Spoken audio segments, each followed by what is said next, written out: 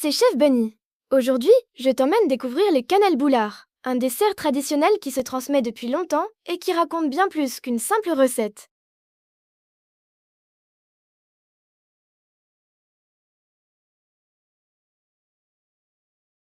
Hey! Aujourd'hui, je prépare les cannelboulards traditionnels, de petites brioches suédoises roulées et parfumées à la cannelle, au beurre et au sucre, avec une pâte moelleuse délicatement parfumée à la cardamome. Savais-tu qu'il existe une journée du cannelboule, Cannelbulensdag, chaque année en Suède? Fascinant!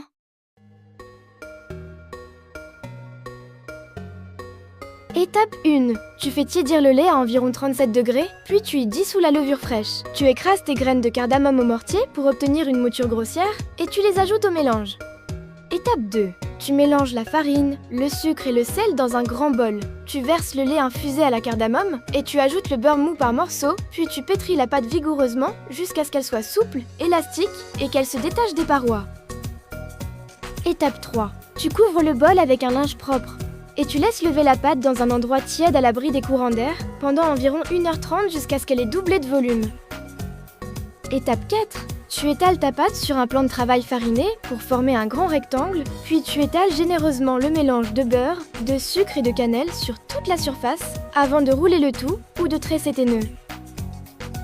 Étape 5. Tu découpes tes brioches, tu les déposes sur une plaque recouverte de papier sulfurisé et tu les laisses lever une seconde fois sous un linge pendant 30 à 45 minutes pour qu'elles deviennent bien gonflées. Étape 6. Tu préchauffes ton four à 225 degrés, chaleur traditionnelle. Tu badigeonnes tes brioches avec l'œuf battu, tu les saupoudres de sucre perlé et tu les enfournes pour 8 à 10 minutes seulement afin qu'elles saisissent rapidement sans sécher.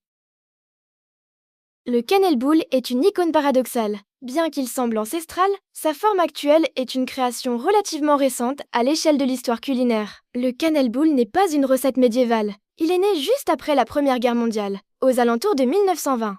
À cette époque, les restrictions liées à la guerre s'allègent et les Suédois retrouvent l'accès à des denrées de luxe, la farine blanche, le sucre et surtout le beurre. Cependant, ces ingrédients restent très chers. Le cannelboule est alors un plaisir rare, réservé à la bourgeoisie et consommé lors d'occasions spéciales dans les cafés chics de Stockholm. Il est le résultat de l'évolution des wettebröd traditionnels enrichis d'épices, peints au froment, rapportés par les routes commerciales du Nord. Le commerce de la cardamome et de la cannelle étant historique en Scandinavie via les routes hanséatiques. Le dessert devient un symbole national dans les années 1950. L'économie suédoise est alors florissante et le prix des ingrédients baisse. C'est à ce moment-là que la pratique du fika, la pause café sociale, se démocratise, faisant de la brioche à la cannelle l'accompagnement standard et incontournable. Ce qui le rend 100% authentique, c'est l'usage de la cardamome intégrée directement dans la pâte, une influence directe des liens historiques de la Suède avec l'Orient, bien avant que la cannelle ne devienne l'épice dominante pour la garniture.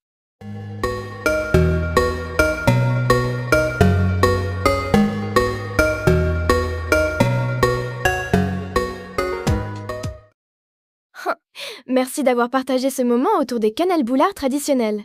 Prends soin de ce que tu cuisines et de ce que tu transmets. Si cette vidéo t'a apporté un moment de douceur, pense à t'abonner et à la partager autour de toi. Ensemble, faisons voyager les traditions du monde.